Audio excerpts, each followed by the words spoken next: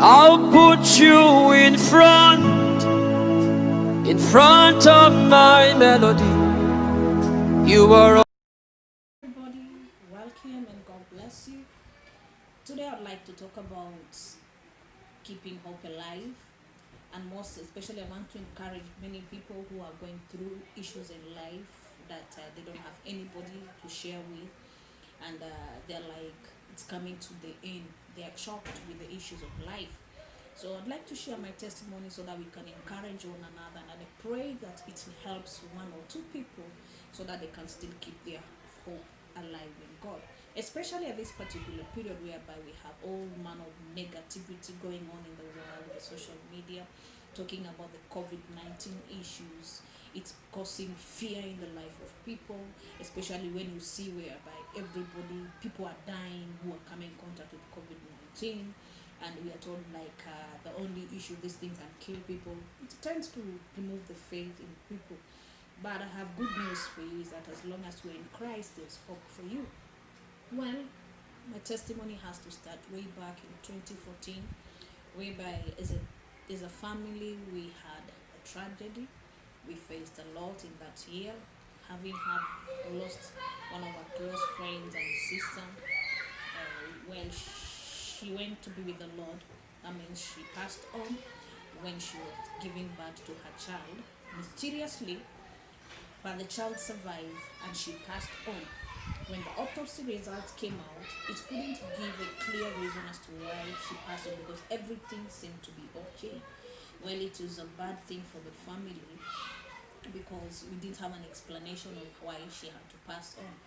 But there are things we normally say in life. When we reach to heaven, we have more explanation of why things have to happen the way they have.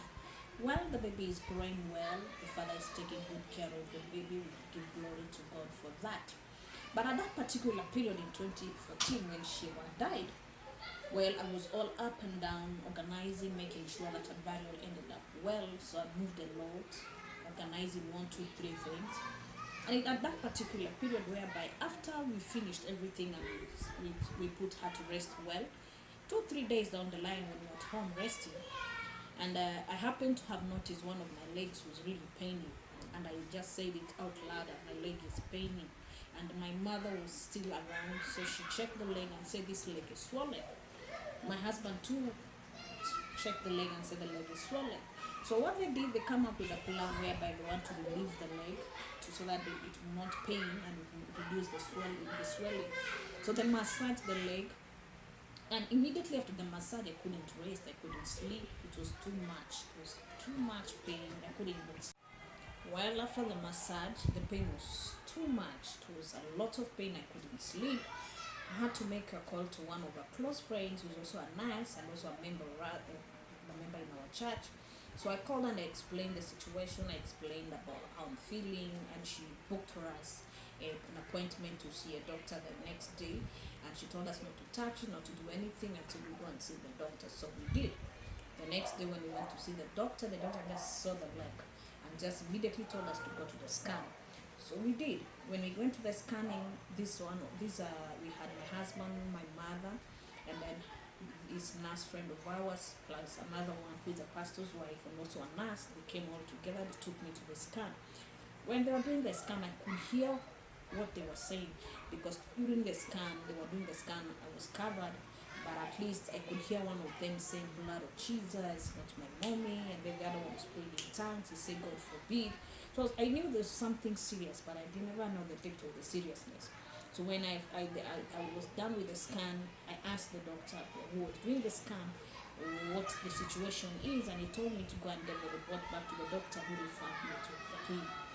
So they wheeled me back to the main doctor, and none of them wanted to tell me anything at all. So when they went there, they entered the doctor's office. I had to be put outside in the waiting lodge, to be staying there waiting for the doctor to come and attend to me. So they entered the doctor's office, and then the doctor came out with some few nurses, and the nurses started beating my hand and some things. They wanted to start injecting me and putting those things in my hand. And I stopped them and I said, well, before you do anything, at least I should know what you want to do. So I think The two of them, including my mother plus everything, that they had tried to tell the doctor not to break the news to me because I had just buried my sister previously. Well, the doctor was forced to explain the issue to me, and he had to say that, well, what you are having, it's a condition, it's a bad thing, is that you are having a blood clot, and it has been there for quite some time, and the situation is not good. I will not permit you to go home. I have to admit you. It's even strange that with this condition, the way the blood clot is, that you are still alive. And I said, I would prefer not to be admitted rather than to be treated and go home and come back the next day. But he insisted I have to be admitted because she's not seeing me surviving even 2 days with that condition. Well, with my faith intact, I looked at my husband and all the people that were trying to literally begging me to accept what the doctor says so that they can be treated. Well, I agreed and I said, okay, no problem because of my husband. So let's go ahead. She admitted me. They had to give me several injections on the first day and some of the orals to take. I slept that first night. The second night I was to sleep there, and my husband was preparing message because he's a pastor, preparing message in the hospital next to me. Prepared the message for Sunday service. He went and preached from the hospital, went home, just changed, showered, and went to preach. Immediately after preaching, he had to do counseling, pray for people, and then came back to the hospital to attend to me. That situation and that scenario wasn't good with me. I looked at it and said, no, this is not the will of God for all these things to happen the way it is happening. So what I did, I insisted that I wanted to be discharged. So they had to call the doctor. The doctor said, no, it's too early for discharge. I insisted that no. So I had to ask them, why am I being kept in the hospital? They told me because I still have several injections to be done to me. And I insisted, and the people that were telling me, the doctors and the nurses, and I asked them, these two that are with me, the nurses, can the injection be bought? They said yes. And then what else is there medication that I'm needed to take? Can I be bought? They said yes. So I said, why? You can discharge me, write for me the injection. I can purchase the injection. These two are nurses. They can do the injection for me at home. So the doctor was hesitant in doing that one, considering the situation, but my faith was too strong, and he saw that I was determined to leave the hospital.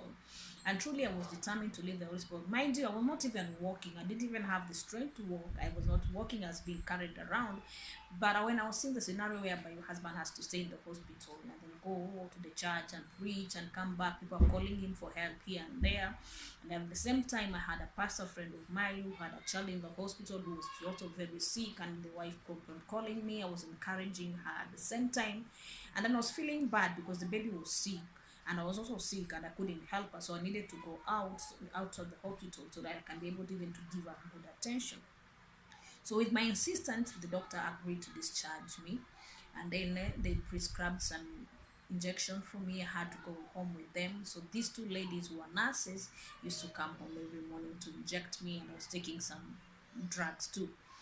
In that process of time, I was going back for the hospital for checkup, and then I was being told about the dangers of having pregnancy with a blood clot. And there's something funny, just an instant, just told me like, what if I'm pregnant? And the doctor said that if you're pregnant, it could be very challenging. And decided to say, well, let us rule out about the pregnancy, let us do some pregnancy tests. We did the normal pregnancy tests, the urine and everything came out negative.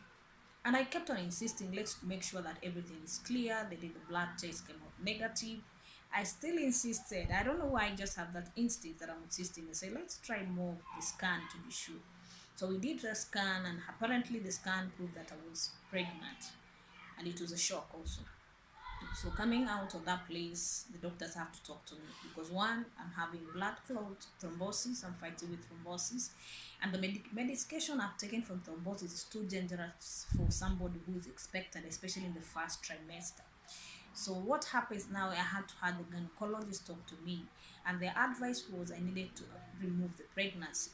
Why? At the end of the day, he said because of the kind of medication I was taking, the fetus must have been damaged, and at the end of the day my life was still not stable, so they needed to stabilize me, and the best way to do that is when the pregnancy was aborted. So I kept on insisting, why do you need to abort the pregnancy? And they kept on insisting and saying at the end of the day the pregnancy is already damaged, and they're telling me because of the medication I'm taking, the fetus must have maybe lost, it's never formed, or if it formed, it has deformed, maybe it doesn't have a heart, or it doesn't have a leg. Those are the scenarios that has with cases that happen with people who are pregnant and while undergoing treatment for thrombosis. So I kept on insisting, and I said, no, I'm not going to remove the pregnancy, because at the end of the day, God has given this pregnancy at this particular time, so I'm going to keep it. So they insisted, no, we have to save it. Everybody was against me keeping the pregnancy, including my close friends, including my own husband. But my husband, at the end of the day, told them, whatever she wants is what should be done. So I stand my ground. When I had to be given a gynecologist who's a lady and showed me the pictures of people who give birth with my condition, the outcome of the babies that come out of that, I saw all those deformities and everything. And one thing I told the gynecologist, I told her, listen to me, I never asked for this pregnancy, and God does something for a reason. If God has decided to give me this pregnancy at this particular period, well, it's the reason as to why He has done that. If this baby will come out deformed, that would be an assignment God is giving me, to be a challenge that God is putting me into. Then I will raise it that way. That means there is hope somewhere for people who have the same kind of challenge. So I told her I'm not going to abort it. If it comes out in any other form that God decided it would come, no problem, I will take it that way. I will take it as a challenge and a responsibility that God wants to put in my hand. So with that one, they persisted and said there's no other way out. So what they did, they decided now, because of that, we will withdraw the oral drugs, and now from henceforth till the time you give birth, you'll just be on injections until the thrombosis disappears. I accepted that, so they withdrew the orals. I went ahead having the injections. To the some extent now, the nurses sometimes, because of their a change of duty, could not be able to come and do the injection for me at home. So what they did, I went to this clinic where they are specialized with dealing with blood clot, and they showed me how I'm going to inject by myself. So all throughout the 9 months of my pregnancy, I was injecting myself with those injections. So it came a time before I gave birth, I went to the hospital. The clot had reduced, the swelling has reduced, the clot had disappeared. And then I had now to give birth. I went and gave birth. After the delivery, I was told I had to go through the same process of injecting myself again. So the day of the delivery, it was on a Sunday morning. My husband took me to hospital. He was not understanding what is happening, because he was looking at my attitude. He's getting it hard to read what I'm feeling. Am I okay? Am I not okay? Will I be okay? But I assured I'm okay. He left that place, went home to shower again, went to service. I stayed in the clinic. And then after the service, one together, I gave birth. And after I've delivered, my husband finished the service, called me, are you okay? I said, yes. Have you delivered? I said, yes.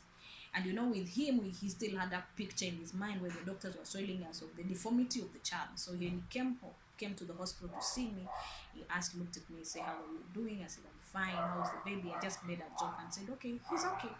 But one leg and one hand is missing, just to make a joke out of it to see how he react. He said, well, it is well, no problem. I can have the baby. And we gave him the baby. And when he held the baby, so everything was intact. Everything was okay. He laughed.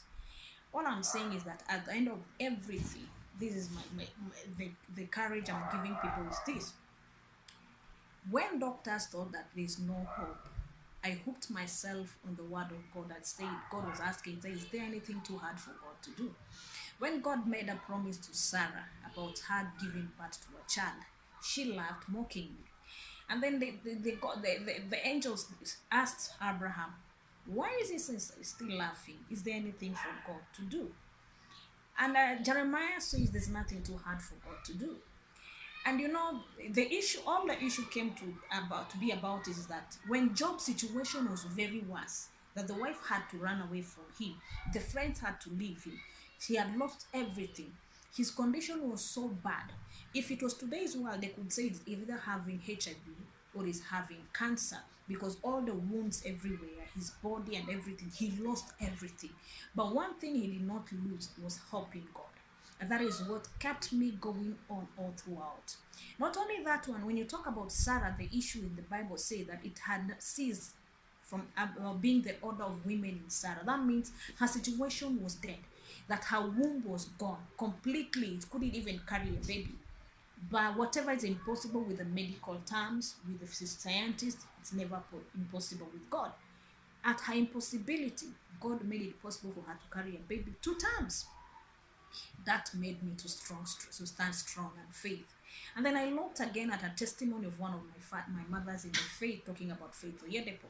For 14 good years, struggling, they never knew what was the problem. And many people came out with different stories. But 14 good years of standing by faith, believing God for everything. And then she came up and said, God rescue me from destruction. And she became whole. So I put myself in that condition and I looked myself, I say, is there anything too hard for God to do? If God could save all these people, I know He will save me. And I stood that, and with the glory of God, I have a beautiful baby girl who looks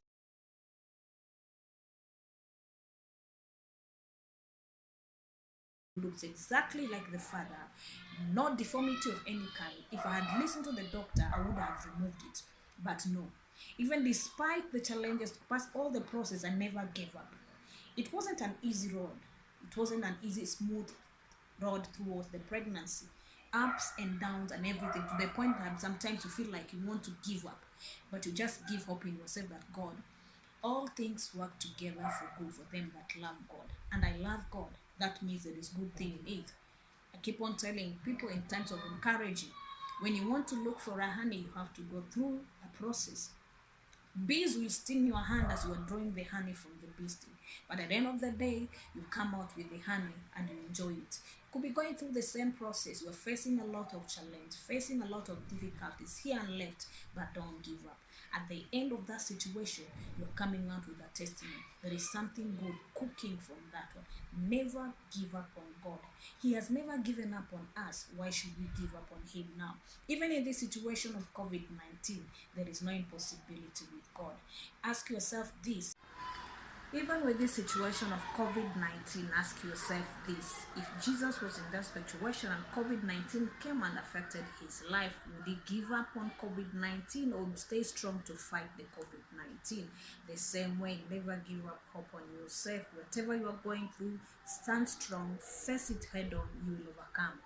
Never give up on yourself. As long as you are living, as long as you still have breath in you, there is hope for you. God bless you. Wish you all the best. You can conquer all. Bye bye.